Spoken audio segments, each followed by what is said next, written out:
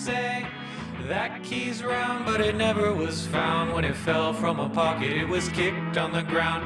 Don't turn around, it'd feel much better if we just left now. But it don't matter, like the jingle jang clatter of a car key splatter when it hits on the counter.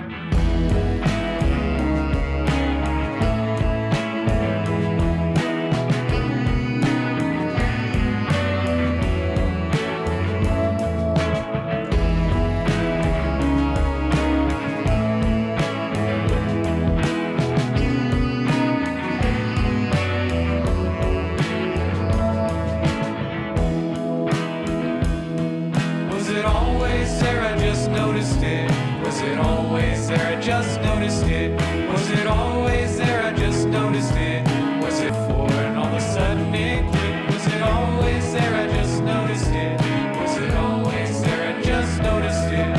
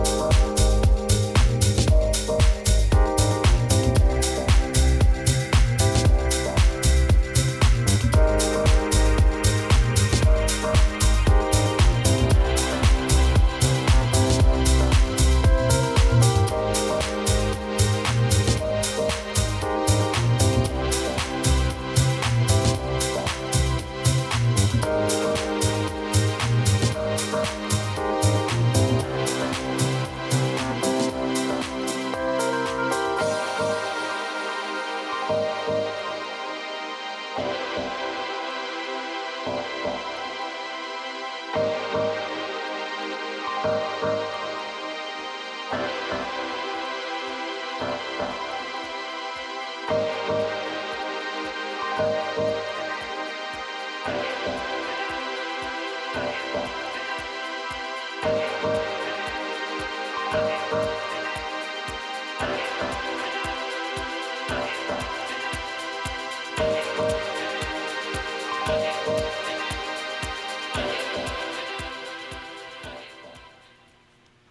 right, folks. Good afternoon. My name is Nick, and my pronouns are he, him, his, and it has been a while, but we are back, streaming live on the internet. We've been doing a weekly show, clipping it up and posting it on YouTube, but we're back streaming now. We're on Twitch, Facebook, and YouTube simultaneously, so trying some different things out. But yeah, we are in our new setup, so I'm going to go ahead and switch because you can see like half of Anna's shoulder here. So, but yeah, welcome. We're not doing the weekly review, so this is a Progressive Politics live stream for you.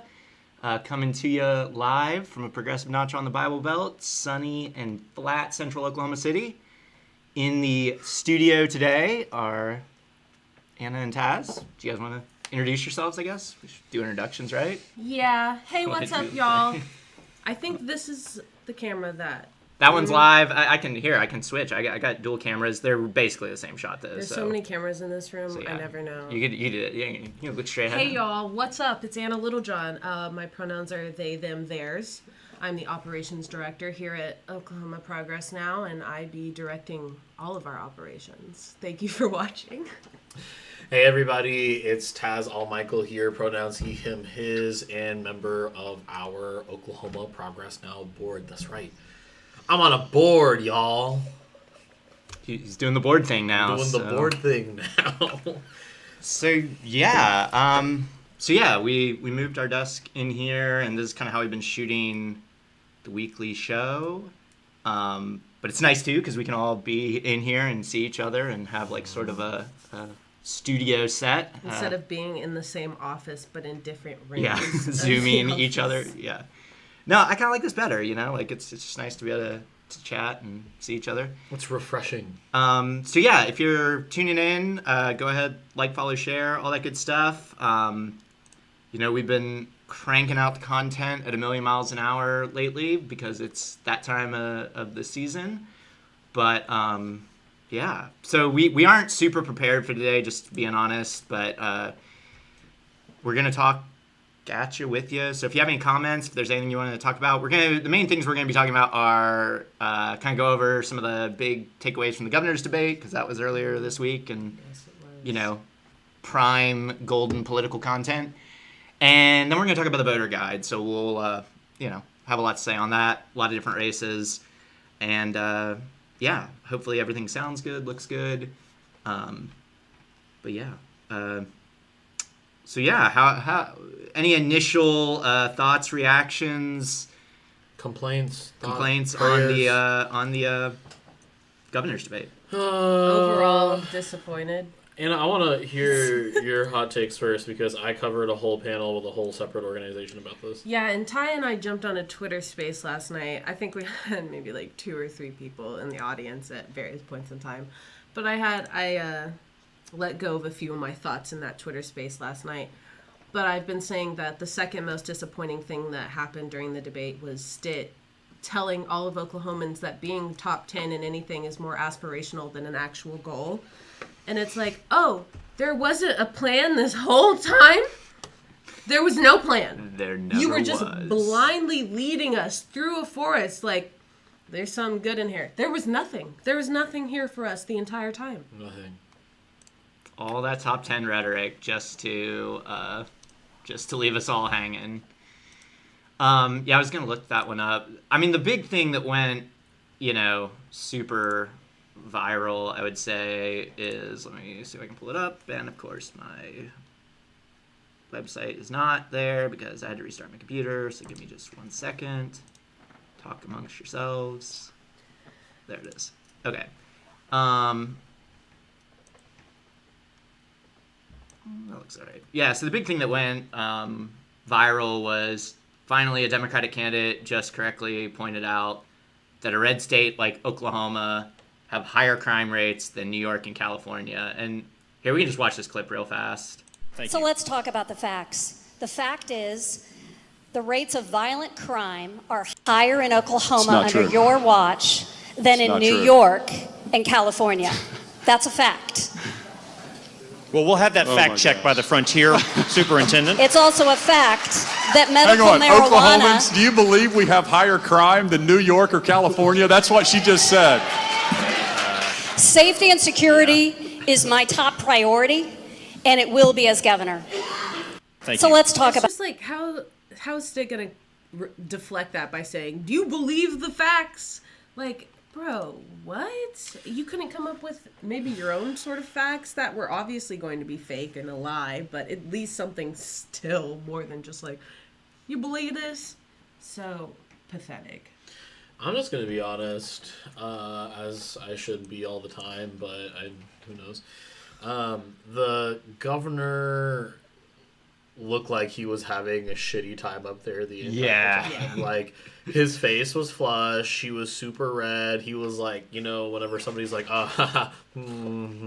Right.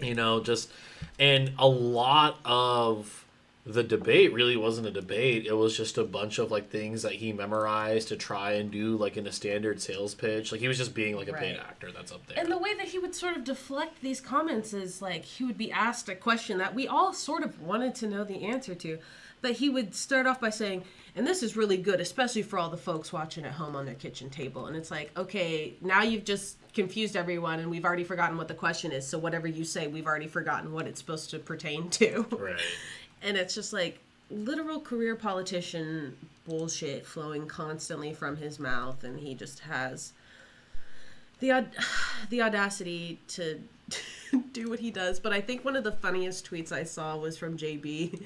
It said, "I think Stitt thought he was debating Biden last night, LOL." And it's just like, yeah, because he only brought up a couple of things that Joy had actually done as state superintendent, and they all, pertain to public education. But he really just kept associating Joy with the Biden administration and the Biden party. And then Joy just kept reminding us that she was a registered Republican longer than Stitt was registered to vote. So it's just, very messy night. Yeah, I mean, I think Trace gets nervous at the debate, so, like, I don't think he was necessarily mocking Joy for that. I think it was just sort of, like, awkward, like, tension reaction, like, obviously they were going back at each other, and Stitt was just wrong. I mean, anybody who's looked at crime stats for 5 seconds would know that, like, New York and California have lower crime than Oklahoma does. So I think he just sort of, like, panicked and was like, we'll fact check that. But yeah, I mean, it wasn't a good look, and it definitely came across as sounding like... And the whole, like, fact-checking through the Frontier after the fact when, When, like, 1/100th as many people are gonna, like, read that as, like, watch the 1.7 million view clip of Stitt lying. Yeah. But we all kind of, like, most of the questions that were given at this debate were very similar or almost exactly the same questions that were at the DA debate last week or the week before. And so we were all sort of expecting the "have you ever smoked ever smoked marijuana" question. Not medical, not recreational, no specifications, just "have you ever smoked?" And both of our Republican candidates, both Kevins, are just like, "Oh, yep, I was in college. I was a kid once." And it's just like, oh, God, why are we asking this question? Is it helpful? Is it... Well, but that's, and we had this conversation, like, in chat, and that's where, like, just Joy kind of just lost the thread, was... There is a good answer to this. Like, you don't have to say you did it if you didn't. I mean, don't lie about it. But like, you should, like, flip it on them. Because, like, every one of these white guy Republicans will be like, yeah, I smoked. But then they don't address the fact that, like, 40% of the people in the Oklahoma County Jail are black. And many are in there for, minor drug charges. Or we've locked up thousands of black and brown people statewide for using cannabis. Like... Make Kevin Stitt defend that. I don't know. There's just a way to point out their hypocrisy on this issue. Because then Kevin Stitt goes ahead and says he opposes recreational. Right. So it's okay for him to use it, because he didn't have his medical card when he used it. So it's okay for him to use it recreationally. But then he's going to vote against it when it's on the ballot for everyone else. But that's like not Joy Hoffmeister's brand. Like that's not the way that she's going to go about arguing. So She could point out their hypocrisy. Right. Well, so my other job when I'm not here over at Oklahoma Progress now is I do work for the Oakland Policy Institute, and we held a post gubernatorial debate panel, and one of our panelists pointed out very clearly that we're not watching a Republican versus Democrat fight. We're watching two Republicans actually fight each other on stage. And so, when Joy Hoffmeister makes comments saying things like, "Oh, I've never smoked marijuana like my entire life," and all of that sort of stuff. Like, number one, okay, I actually believe her. Like, you don't seem like the type of person who would be consuming cannabis. Kevin Stitt's just a frat guy, so it's like at some point he's definitely tried something or something's come across his pathway that his dad could have got him out of jail for. Like, that's just what it is. Yeah. And when it comes to putting marijuana on the ballot, neither of them are going to support this. Even Drew Edmondson, when he ran back in 2018, didn't come out and supported cannabis either. Well, but Joy got there eventually, right? Like, she eventually, instead of like leading with the right answer, which is I've never done it, but I respect the will of the people. They voted overwhelmingly for medical marijuana. They're going to get a shot at voting in March for recreational. I will respect the will of the people. She said that, but it was like after 5 to 10 minutes of like awkwardly bobbling it. So like my deal is like, you don't have to come out for it. You can just say, I will respect the will of the people, and I don't, I think we've gone overboard with the war on drugs or something. I mean, like, sure. And I get that's not her brand, but it's like, just be okay on this issue. Like, there's no reason to be bad. But that's the problem, though. It's like, again, like, this is the same issue that we have amongst like neoliberals and conservatives is they have more in common with each other than they do with folks who are like progressive or socially liberal. Joy Hoffmeister personally does not support cannabis, personally does not support things like, an abortion for herself, even though she's come out more in like a more socially libertarian she'll say that side. she's pro-life personally, but she doesn't want the government to impede on other people's personal healthcare choices. Exactly. And again, like, within our wing of the party, that's kind of more of like the libertarian streak of just like, you can do it, I'm not going to, and that's like her safety. But I mean, that's certainly a better response than like, I'm going to force you to go to Mexico or drive to Kansas or whatever, Stitt's like psychotic but let's put abortion but let me put it this way, though. So the very first question that Trace opened up with during the debate was, what do they do to relax? And I was there sitting with... what are your hobbies? Well, no, I mean, I was sitting with my roommate, and he was like, why are they asking this question? And I turned to him and was like, it was because like we need to see what the candidates are like at their most human self. Right. Honest to God, if I was on that debate stage, I'd be like, well, I do yoga, I smoke weed, I go run, I listen to music. That makes me seem much more humane. Joy's like, I hang out with my grandkids, and Stitt was like, I've got my family. And it's like, your family and your kids cannot be your hobbies. Like, I understand you're trying to take the most I mean, kids take up a lot of but yeah, I agree. Not like, a hobby. That's not a that is something you have to do. That is a responsibility. You have a kid, like... My cats aren't my hobbies. Like, exactly. They live in the house with me. Those are my roommates. Yeah. Like, so respond to a couple of comments here. Like, do y'all think Republican or the stereotypical Republican will care about facts getting checked and violence in Oklahoma? Absolutely not. Yeah, absolutely not. But there are. I mean, I do think, and this is where Joy, the aggressive moderate thing, where she does really win out is that, it is an extreme position to just lie. And there are, I do think, a fair number of people in the middle who will,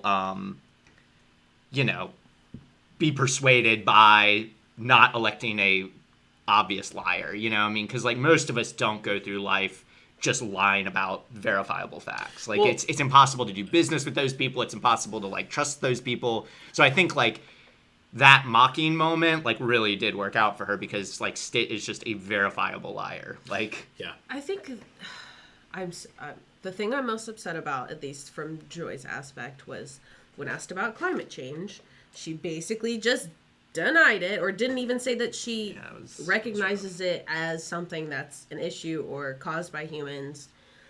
And then she went on to say that there's no good energy or bad energy. There's no clean energy or dirty energy. And it's just like, that's not true. There is. There is such a thing as clean energy, and it's called that for a specific reason. And Stitt went more left on her than on this issue than she went. Because he was like, we need to look at all possible options and what's, going to help Oklahoma, what's going to help our economy, what's going to help us be a bigger business state. And like that, unfortunately, is a really good way to come at combating the climate crisis in a deep red state like Oklahoma. And like, as much as I hate it, that was still a better answer than Joy saying like, kind of just reverting back to oil and gas, saying like, talking about inflation and gas prices and how we need to be a bigger oil producer. And it's just, neither of them had good answers. they weren't. No, Neither absolutely were not. good answers. But when the Republican nominee had a little bit of a better answer about it, that was rough. I mean, just not copy the it. Like, just take it. Like, just make it your own. And honestly, too, like, my response there would have been more like, and Joy hit him on that in other parts of it, is like, well, but you know, because he's like, I'm investing in batteries, I'm investing in like Canoe and all this stuff. She could have hit him and been like, we need a governor that can close a deal, because like Panasonic went to Kansas. And you she know, said like, that once, but she that did. was about. But that would have been a good one in that debate. Is like, we need solar, we need wind, we need, you know. But I mean, this only goes to show like the term aggressively moderate is not great. Like I wanted to dig into that just for a moment of like, what does that actually mean? Like, we had a couple of preset questions that I didn't get to ask, and one of them was going to be like, what do you think a relationship with the legislature would look like under a Democratic administration? But to be very honest with you, I actually don't think it would look that different with somebody like Joy Hoffmeister. Absolutely in office. not, especially whenever she keeps reminding everyone that she's a moderate Republican. Yeah.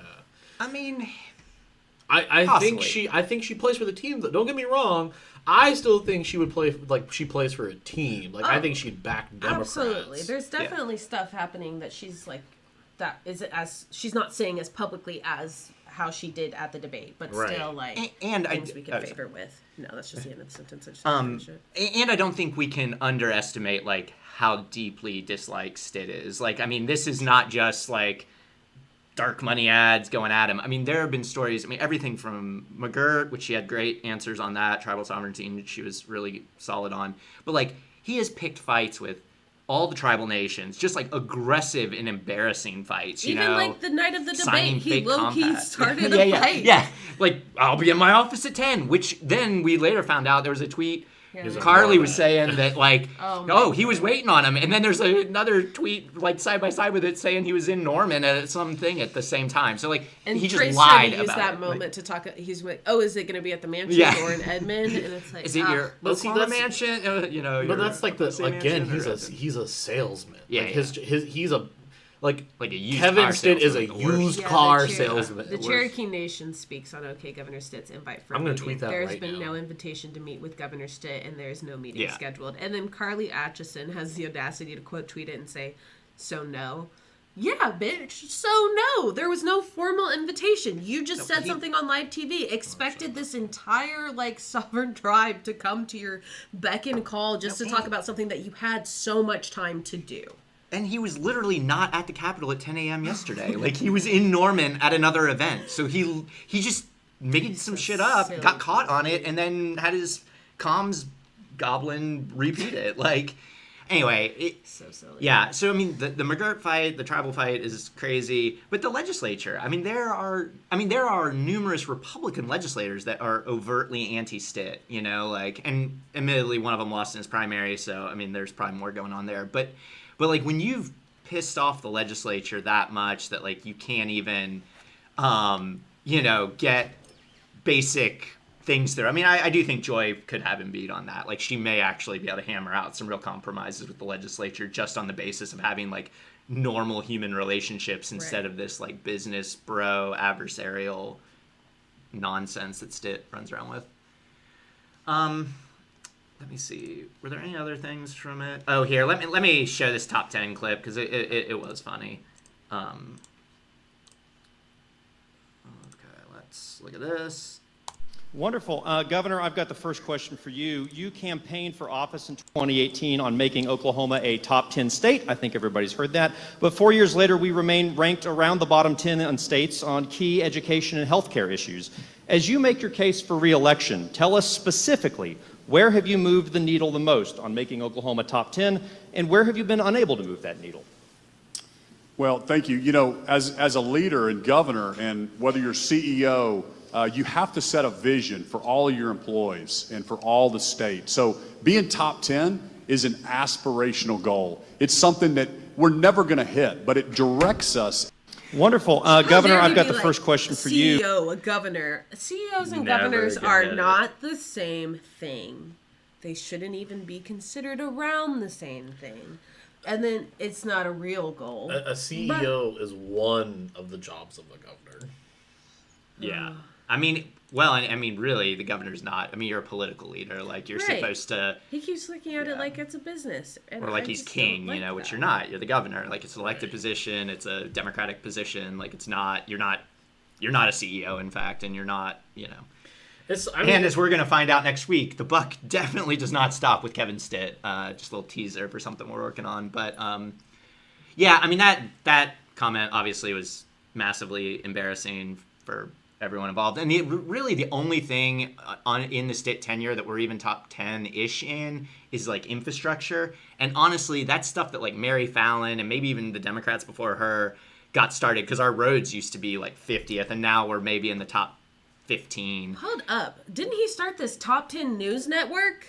What's on there if he's not actually achieving anything? I mean, it's pure propaganda. I mean, he hired like a former television journalist to get on and be like, today on Top 10 News, we are going to talk to this It's like person the that I exact appoint and is going to say opposite exactly what I want him to say. Of Mark Wayne, because Mark Wayne Yeah. will get on the internet and be like, what'd we do in Washington today? Absolutely nothing. But then Stitt's like, we made great strides towards becoming top 10, and he didn't actually do anything. It's, oh my goodness. Nothing. That's a Here. This didn't get too many views, but it was funny content. There was this moment in the debate too where Stitt admitted to. With the medical question, have you consumed it ever? Once? Nobody's mad.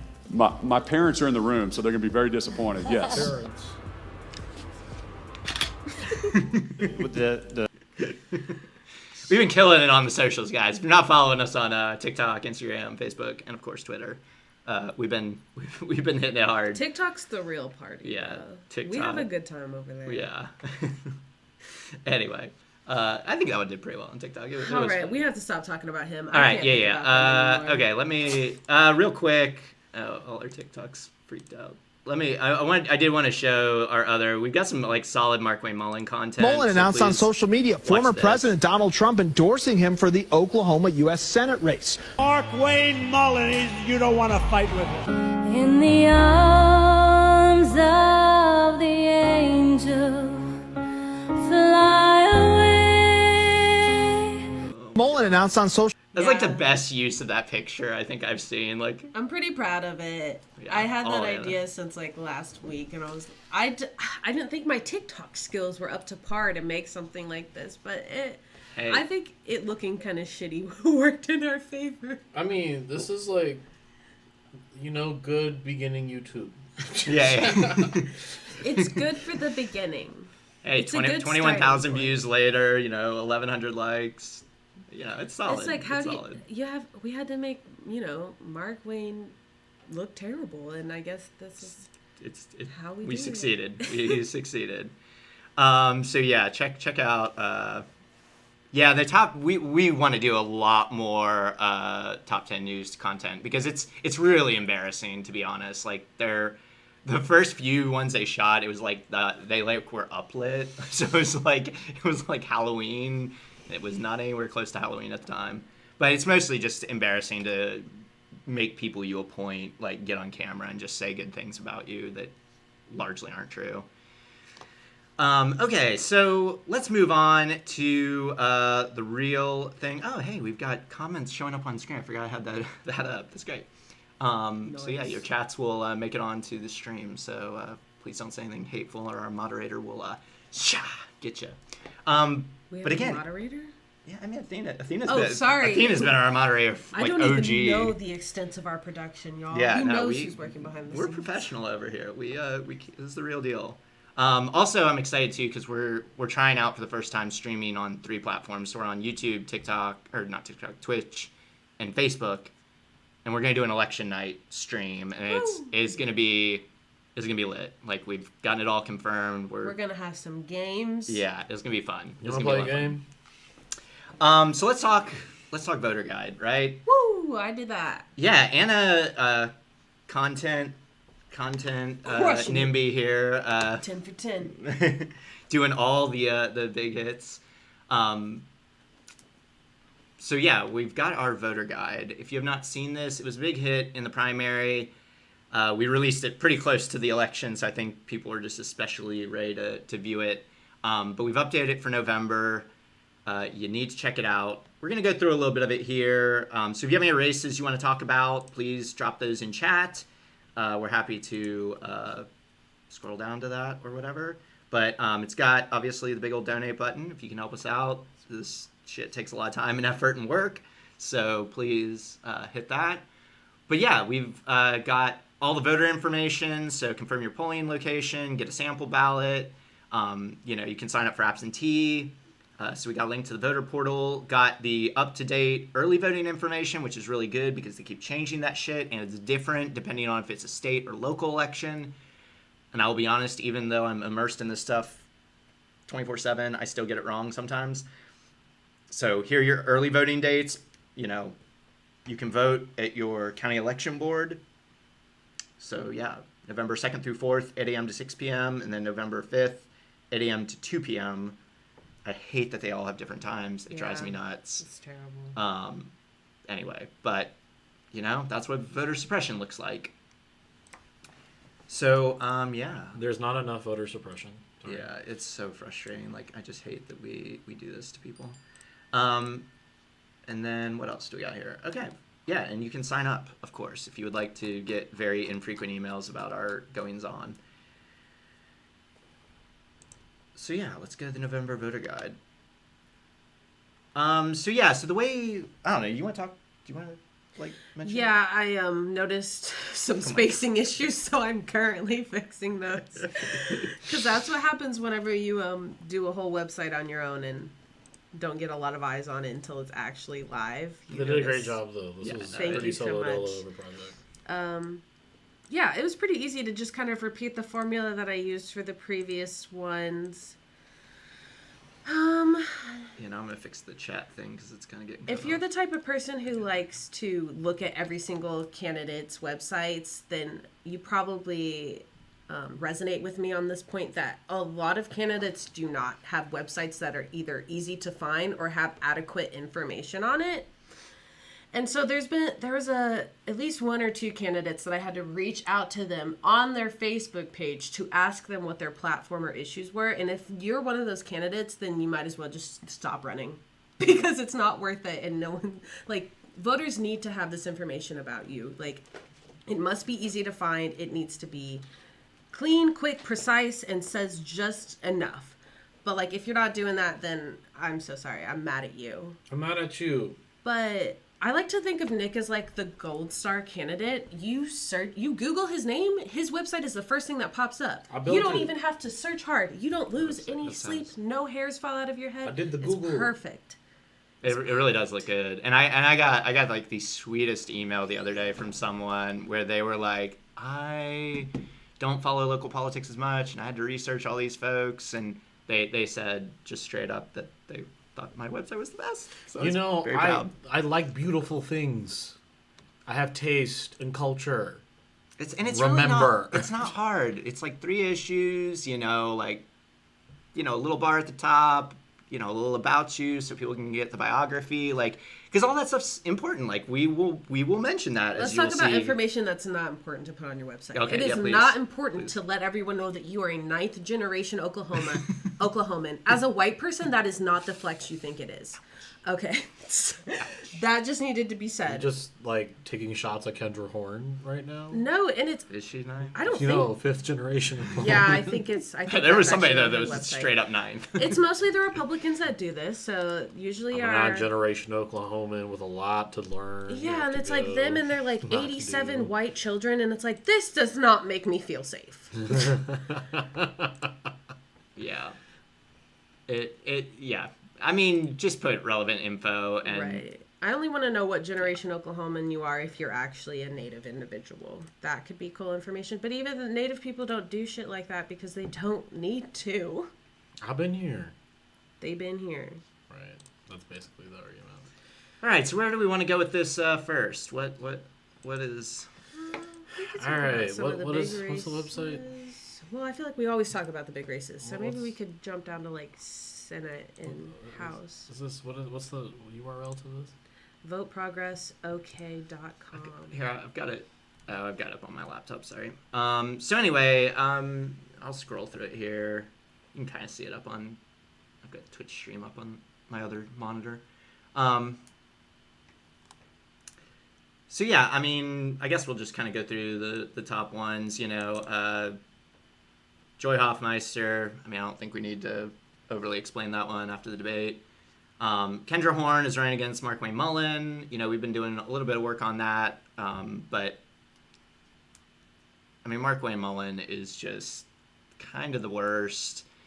The thing I personally dislike about him the most is just that, like, he ran kind of right at the tail end of the Tea Party thing, and so, like, on a very anti-government platform. And I mean, he signed, like, this term limits pledge and pledged, like, I'm only going to serve 2 terms and then I'm out of there. And obviously, it was 2012 when he got elected, so he's already been there, like, 4 or 5 terms, whatever. And now he's running for a 6-year Senate seat. So it's just, like, he's just become exactly the thing he was, like, so mad at the time about. Anyway, he's just a total hypocrite. And then, of course, like we watched with the January 6th thing, like, he's like, I'm a wrestler, and He's a wrestler. Wrestler. You know, and, like, he's like this tough guy Works thing. in Washington. But then on January 6th, like, he's hiding behind the bench and, like, can't, you know, won't put on a mask when they push everyone into, like, the safety rooms, you know, because he's so tough, you know, he can't mask up in the middle of a pandemic. And anyway, just The he's one just the most thing I annoying will person. give him credit for is we know he is, you know, blood deep Republican, but he doesn't do the same things that, like, a Ryan Walters does or a Kevin Stitt. He's not saying the word CRT. He's using different language to talk about it. He does talk about, like, the liberals and the media, but it's Socialists. he's a little He bit does more that. careful about how he words things. Yeah. He's definitely way more conscious of it, while Ryan Walters is literally just gone off the goddamn deep end, and there's no getting him back. I mean, Ryan Walters, it's, like, pathological. I mean, I think he shot a video the other day in his car saying, like, woke, like, a bunch of times. Like, it's crazy. But there is a difference, Yeah. though. Like, the messaging that you use on a national platform versus the messaging that you use on the Oklahoma platform is different. Like, we translate stuff so bad here. Yeah. Like, a lot of people do not know, and it's not that we don't care about national stuff. It's just like I don't think people here really just, like, understand how it impacts them. So it doesn't feel local to them. But all politics is local. Like, literally all politics is local. All the federal money that's going into your programs and stuff, that's local. Your ARPA money, that's local. Like, that is local politics, and people don't seem to understand that as much. I'll say this, though, when it comes to Markwayne Mullin, like, you know, I haven't heard as much, like, anti-Biden stuff from him than I have out of Kevin. Yeah. And what's crazy to me is, like, you know, if Kevin was better at his job, he wouldn't be running against Biden. Like, he would be trying to, like, lay out this new vision that he keeps talking about. Like, Oklahoma's got a set of vision. It's like he didn't really understand his sales pitch. And from a guy that, like, is at this point, his administration is, like, a pathological liar. He can't get his pitch together. He can't keep it straight. Yep. No, you really can see that. I mean, the other big thing with Markwayne Mullin, where, I mean, just the deep hypocrisy is the whole, like, taking paycheck protection loans for himself while voting against it repeatedly, and then, like, buying a mansion in Florida. Like, that's, like, the big thing to me is, like, so, and, you know, he owned a plumbing business, so it's like, you know, it was definitely a, you know, industry that got to stay open during the pandemic. I mean, it was a critical, or whatever they called it at the time, I can't remember now, but industry. So it's like, did he even need that? But he took, you know, millions of dollars in paycheck loans, but then he doesn't want that for everyone else. So anyway. Okay, enough about that race. Madison Horn, obviously, running against Langford. Thoughts and prayers to her. Thoughts and prayers. I mean, she's on, like, a 77 county tour right now. I mean, she is working her tail off. It's just tough. Langford's disappeared into a hole somewhere. I mean, I never see anything out of him. So he's laying super low. But I think that's kind of the best thing for him. Oh, 100%. If he just doesn't show up in elections at all, he can still retain that image that I'm holy and noble James Langford. So I'm just not gonna say shit. Yep. House districts. The only ones we made endorsements in. I mean, we recommended Adam Martin in 1, Naomi Andrews in 2, Jeremy Ross in 3, Mary Brannon in 4, and Joshua Harris-Till in 5. Naomi Andrews and Joshua Harris-Till are the two kind of recommendations, just because they're legit candidates running serious races that have, shots at stuff. No shade to anyone else, but it was just hard to find. Well, I mean, you researched this more than me, but well, District 5, these are expensive that's races. Stephanie Bice's seat, and before Stephanie Bice had it, it was Kendra Horn. So it's a flippable seat for sure. It just, you gotta have the will behind it. And I found out that Drew Edmondson only lost it by a few points in the new redistricted version. So there is some weird stuff going on in CD5 where it can make a potential return. It's softer Republicans maybe. But it's going to take 8 years. 2030 is when I genuinely think we will have it back in our hands. Right before it gets redistricted again. Absolutely. Yeah. But hey, you want it before it gets redistricted again. Yeah. You need it before it gets redistricted. And if Joy massively overperforms, anything can kind of happen. Attorney General, there is no Democrat. Gentner Drummond is pretty much a shoo-in. There's a Libertarian. So no. Boo to the Drummond family. Yeah. We don't like them. No, and no. State Treasurer, Todd Russ is the Republican nominee, but we're recommending Charles DeCoon. Todd Russ was very much disliked in the legislature, and frankly, I'm kind of amazed he made it out of the Republican primary. Melinda, how do you say her Oh name? my. Melinda Alizadeh Fard. Alizadeh, sorry. I was Nick's, he struggles with names. Sorry, I didn't mean to attack you in front of everybody. Hey, English is a hard language, It but it is doesn't hard. have It's as many okay. roots and vowels as everybody else. I appreciate the critique and the support. Anyway, Lieutenant Governor Warrigo Bowman for Corporation Commission. More coming out on that soon as well. Gina Nelson for School Superintendent. Let's go, Gina.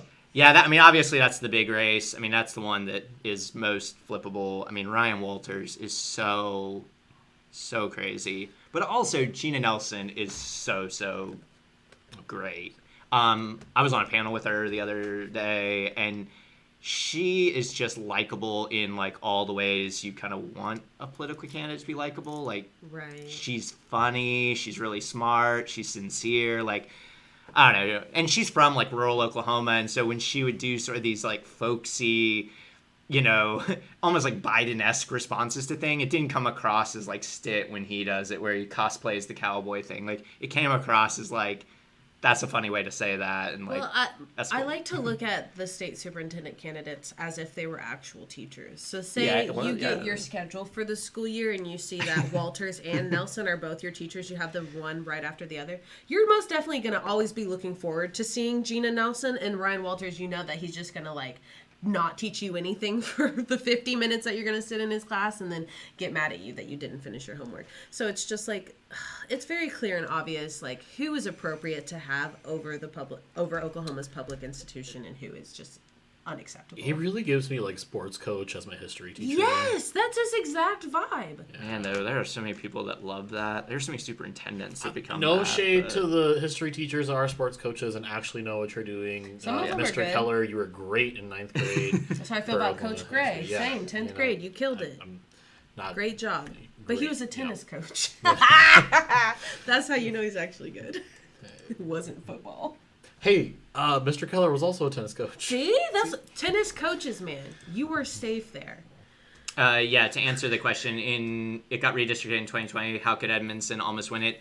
You can, on the redistricting maps, you can take past Democratic performance and sort of map it onto the new district. So if you look at all the precincts in the new CD5, Drew Edmondson came really close. So I just think that's an interesting stats point and a reason to have like legit hope, especially if Joy and Gina do really, really well Yeah. relative to everyone else.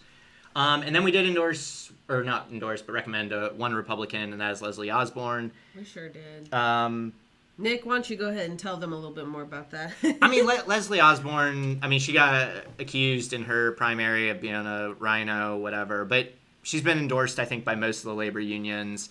She's moderated. She's one of these Republicans. She was from Mustang as a legislator. She came in like Tea Party, super hard, far right.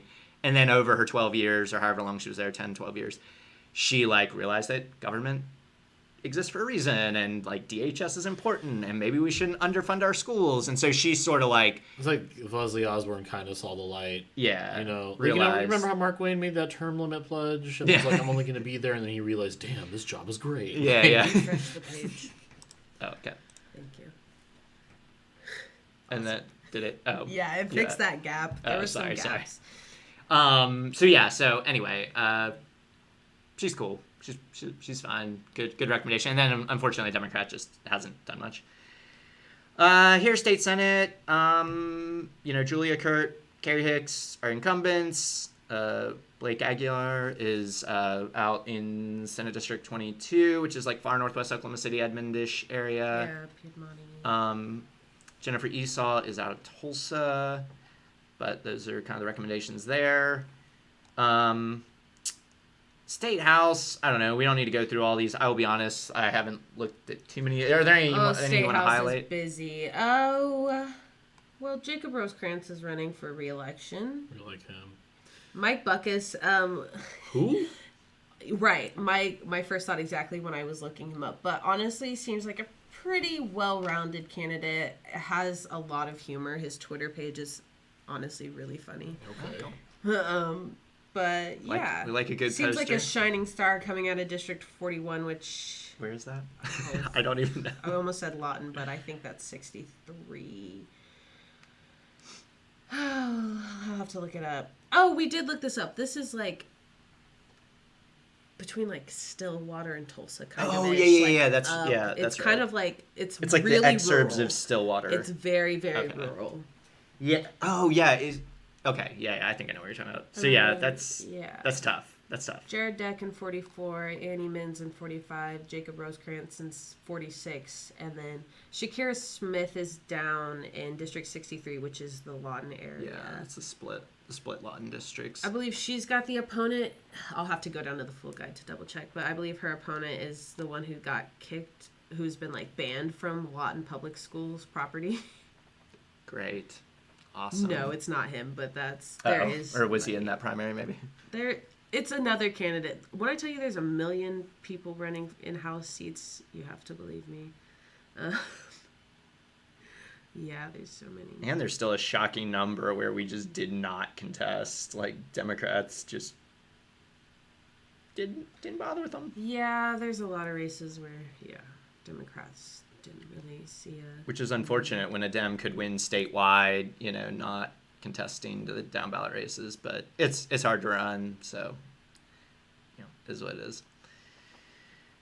And then these ones near the bottom, 85 through 100, these are your kind of urban Oklahoma City ones. So obviously Maury Turner, Nana Donqua, Shantae Gilmore. Nana Donqua's is interesting because that's against John Eccles in a very low turnout winnable district, and then Shantae Gilmore is in House District 100, which is northwest. Nana Donqua is like southwest Oklahoma City, and Shantae is northwest Oklahoma City. But they are super winnable districts due to low turnout and just not like bad opponents. So worth looking at. Cleveland County, Move on in District 3 recommendation. Then there's, of course, Oklahoma County, which we're more focused on for obvious reasons, which I won't overly go on. Big thing to stress, though, is the school board proposition. Yes, the school bond. So there's 2 propositions on the ballot. It's kind of confusing. It's not an either-or situation. It's one. It's either both or Sorry. One or the other. Yes, And- thank you. and It's or. not one or the other. So the Prop 1 deals with allotting, what is the number? $936 million that would be used specifically to better facilities, increase, the health and safety of students and staff, and for transformational learning technologies. And then the Prop 2 has to do with $19 million that will help specifically transportation within the school district. So we're looking at like school buses, everything that's needed to maintain those buses, and information technologies that is used in the transformation side of the Oklahoma City Public Schools. So yeah, we recommend you vote yes on both of them. Oklahoma City Public Schools are drastically underfunded. I was able to sit down with Amy Curran, and she gave me the sort of run through about the props. And From Generation Citizen. yeah, from Generation Citizen Sits on and the the Civic Learning School Board Committee. yeah, and the school. for But this. she does many things, and she's really good at all of them. But she was showing me the numbers, and I think over the past 4 elections, Tulsa Public Schools have spent close to like $1 billion on their public schools. And here, I can actually pull up the numbers because I have the thing, if it'll let me out of here.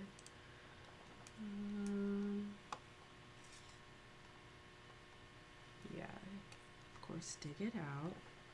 Here it is. Okay, so is it on this? Oh my gosh, drawing information. Maybe it's.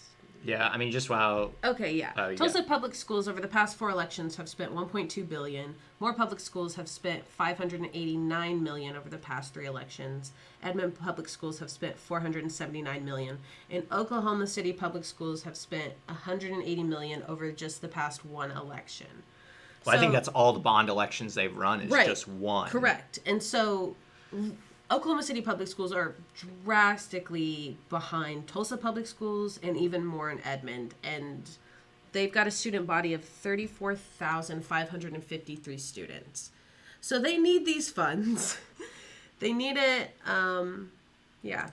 So we recommend you vote yes on both of those. Yeah, I'm kind of a single issue voter on this, and I did an interview back during the school board elections with Paula Lewis, who's the chair of the Oklahoma City School Board, and I mean, I've been begging every school board member that would listen to like fight for the biggest bond they could get, because I mean, the stories you hear out of Oklahoma City about the poor condition of the buildings, the lack of technology, just like the overcrowding in some places, like they're just not cheap problems to fix, like you can't just spend $100 million. And I know that sounds like a humongous number, but when you think about 50, 60, 70 school sites, when you think about like the age of some of these buildings, when you think about like all the infrastructure needs, like you just can't do it. And then you look at things like Tulsa's spent $1.2 billion and these other school districts have spent hundreds of millions, and they're much smaller.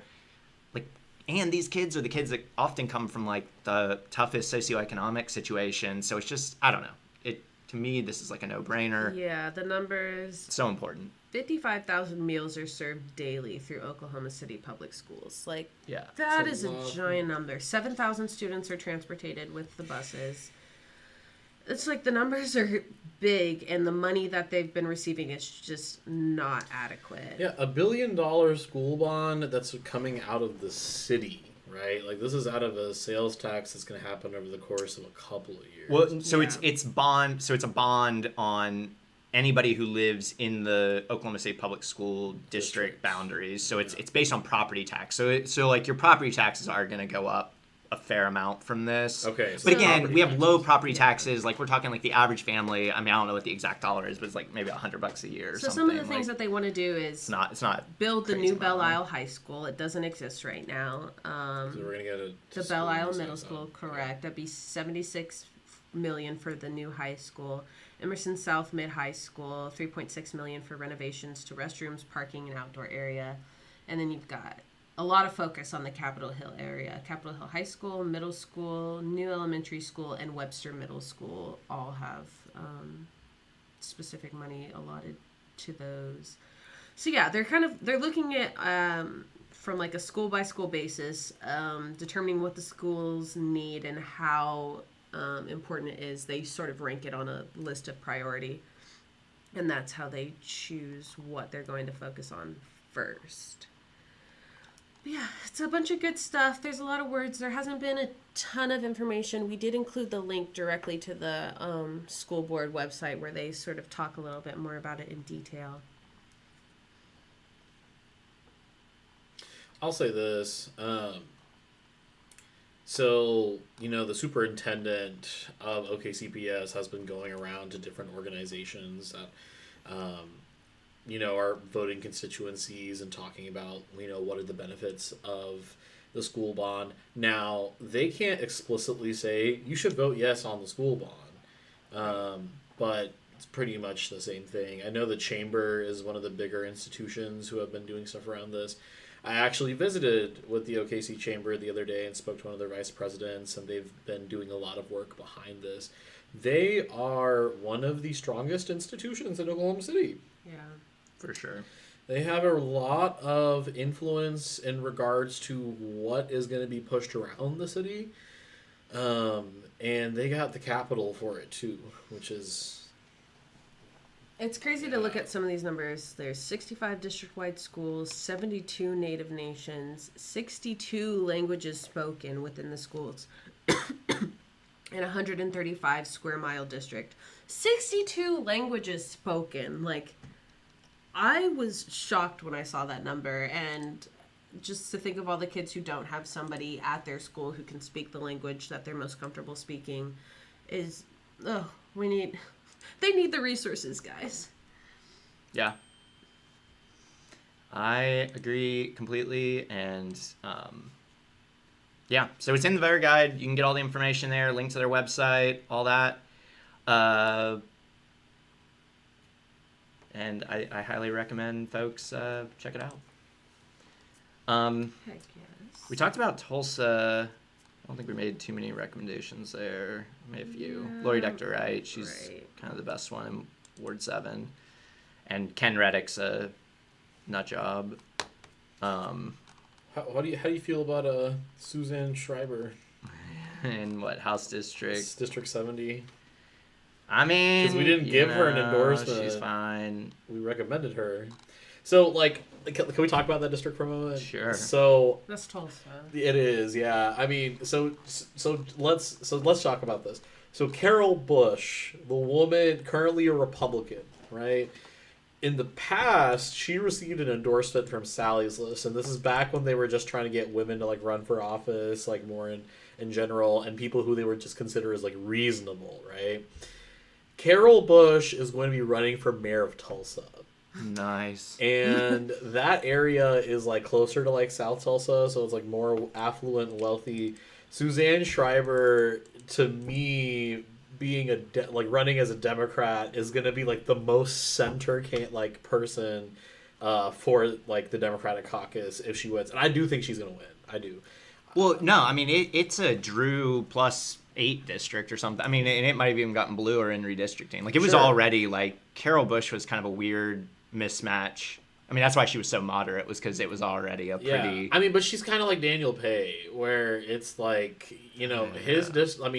are people who are Republicans registered, but they're centrists, is what it is. Well, and I mean, I even would argue that they're pretty far right on a lot of stuff. I mean, I'm pretty sure Carol Bush might have voted against permitless carry, but I mean, this last go around, she might have voted for a lot of the bans and the anti-CRT stuff, and I mean, anyway, I don't think her voting record is probably as moderate as people think, because I know in the past when I've looked, her voting record's not terribly moderate. Well, sure, but I mean, a lot of our rhinos still vote alongside party lines because they don't want to piss off leadership. Yeah, I know, but then it's are they moderate if they vote with all the bad stuff? Anyway, we'll see. But I think Suzanne.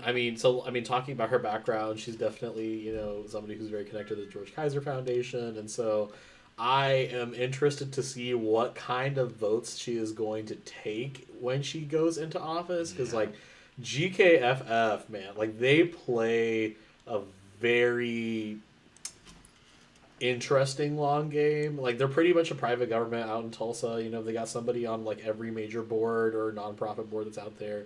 And so I'm interested to see what her voting record is going to be looking like coming up now. So. Yeah.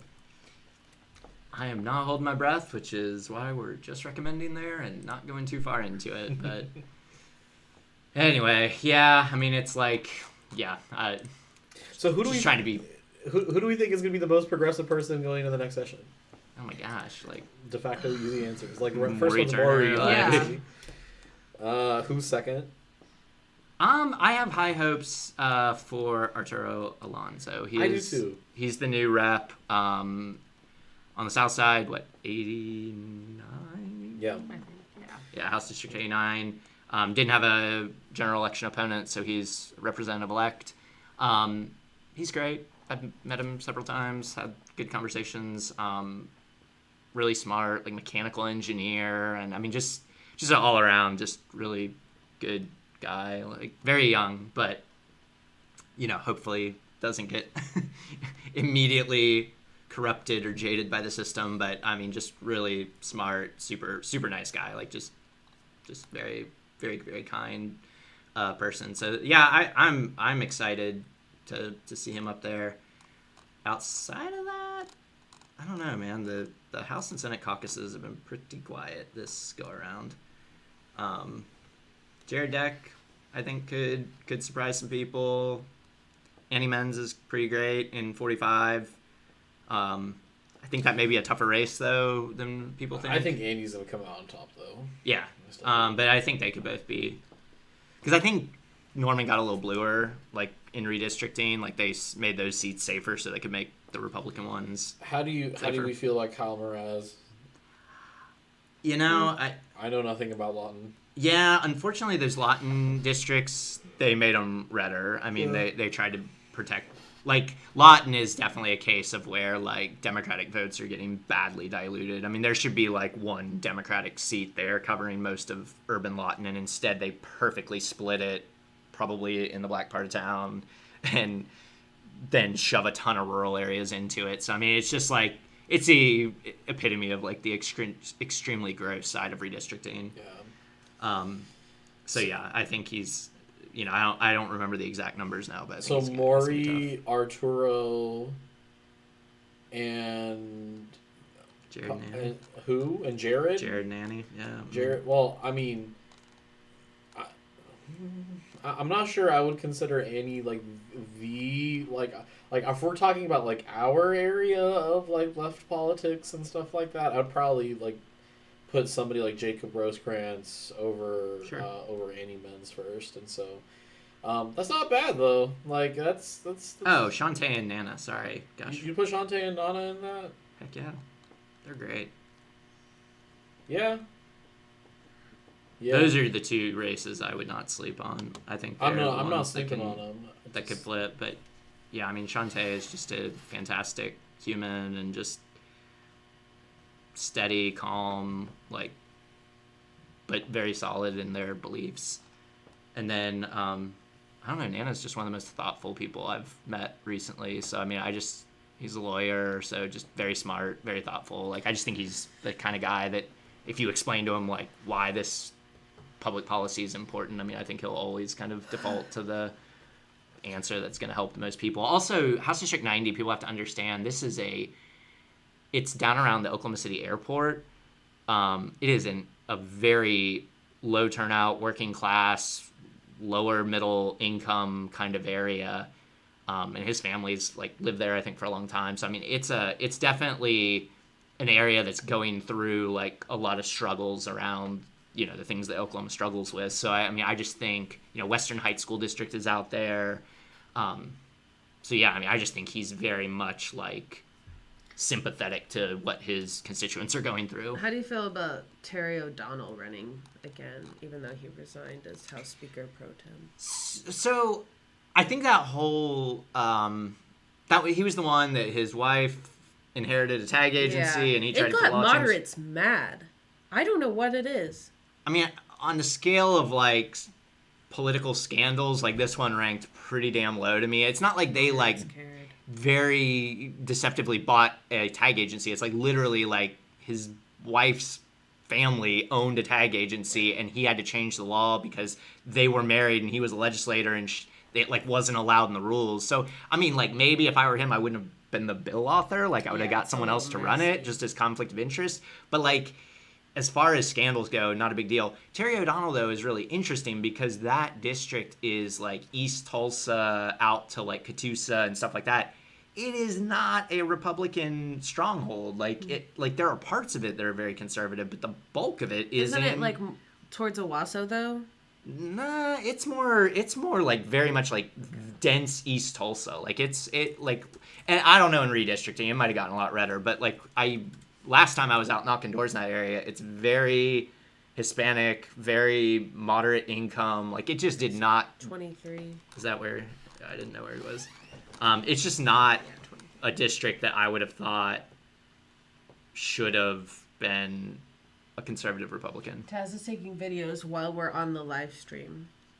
Go check his story to see whatever this is that he's about to post. So anyway, I don't know. Terry O'Donnell's always been on my short list of people that we should. Okay, I hate looking at district maps because this don't mean shit to me. So that's 23? Yeah. So I mean, all these little precincts, that's like dense. Like that's like urban-ish Tulsa. So like nobody lives out in those other ones. Like they're just very rural. So like most of the population is in that urban part of Tulsa. It's just a very low turnout district, I think. It's a pretty industrial area of Tulsa. Yes. Besides what's down here towards the southeastern part of the corner. For sure. But yeah, it's like out towards the airport. The zoo's out there. Yep. It's not a lot's going on. So I don't know. To me, it would be one that should be represented by somebody who is more focused on the working class, but you got to contest it. You got to run real candidates who are doing stuff. And I don't know anything about Susan, unfortunately. But I have not been included in that race. Yeah, she's nothing like crazy inspiring. Should be a good place filler, but not enough going on that we could give a formal recommendation or endorsement. All right. Well, I don't know how long we've been on. A little over an hour. I think that's kind of good on the voter guide. Anybody got a race they care about in chat or anywhere? Sorry, I'm trying to monitor. I was gonna see if YouTube was gonna push it out. Didn't look like it really did, but we'll work on it. Got a good crew on Twitch. Looks like a lot of our usuals. So thanks for coming back, despite the fact that we haven't streamed in a couple months. And got a few of our usuals on Facebook. So we're here for the audience. We are gonna do an election night live stream. It's either gonna be really awesome or really sad. We're gonna be in an interesting setup. It's not gonna be here, so that'll be a little bit of a surprise, but it'll be a good set. Might have some invites going out, so if you wanna be there in person, it's gonna be out in eastern Oklahoma County. Hit us up. We can. You can catch me with another organization doing a segment known as Taz on the Street. I will be watch party hopping with the Oklahoma Policy Institute, so who knows, maybe I'll go to some Republican watch parties as well. Yeah, good to see you guys too. Thanks for tuning in. Yeah, and we might, if you can jump on, we'll have our Zoom, so we can do remote. So if you're gonna be out, if anyone's gonna be out at a candidates watch party and wants to pop in, it's either gonna be a really good night or a really like hearts shattered, broken night. So we're gonna be try to be ready for both options. But anyway. Better, regardless of the outcome, better to do it together is my take. So, and we just have a cool opportunity to do it in a neat set, and so we're gonna try it. So, Woo! I wasn't planning on. I'm not big on watch parties usually anyway because it's just too stressful. So I'd rather have something to do and watch everyone else. So that's what I'm gonna do. Cool. Well, I think we're gonna wrap it up here. That was the voter guide. Please share it. voteprogressok.com. We will be pushing it out a lot. We've got some good voter guide specific content coming. We'll highlight some races, go a little deeper in them, but Follow us on TikTok, Instagram, Facebook, Twitter. We got a lot coming out there. And just as a little teaser, we're going to be dropping something next week that I think is going to be really interesting to folks. Deep dive on a super big scandal that's been like lightly covered, but in pieces over a long period of time. We're bringing it all together, and it's gonna be lit. We're entering our Vice News era, y'all. Yeah, it's gonna be some Vice News, and like get ready for it because we got the tea. So and the receipts, I believe is what people say. Yeah, receipts are there. Anyone got anything else? Just check out the voter guide. Share it with your peers and your colleagues and your Republican family members just to see what happens. Be healthy. Be healthy. Please. Drink your water. Pray 5 times a day. If you want. If you want. If you need. If you need or if you want. If you need it. All right, everybody. All right, guys. We're out. Take care. We'll see you next time. See ya. Peace.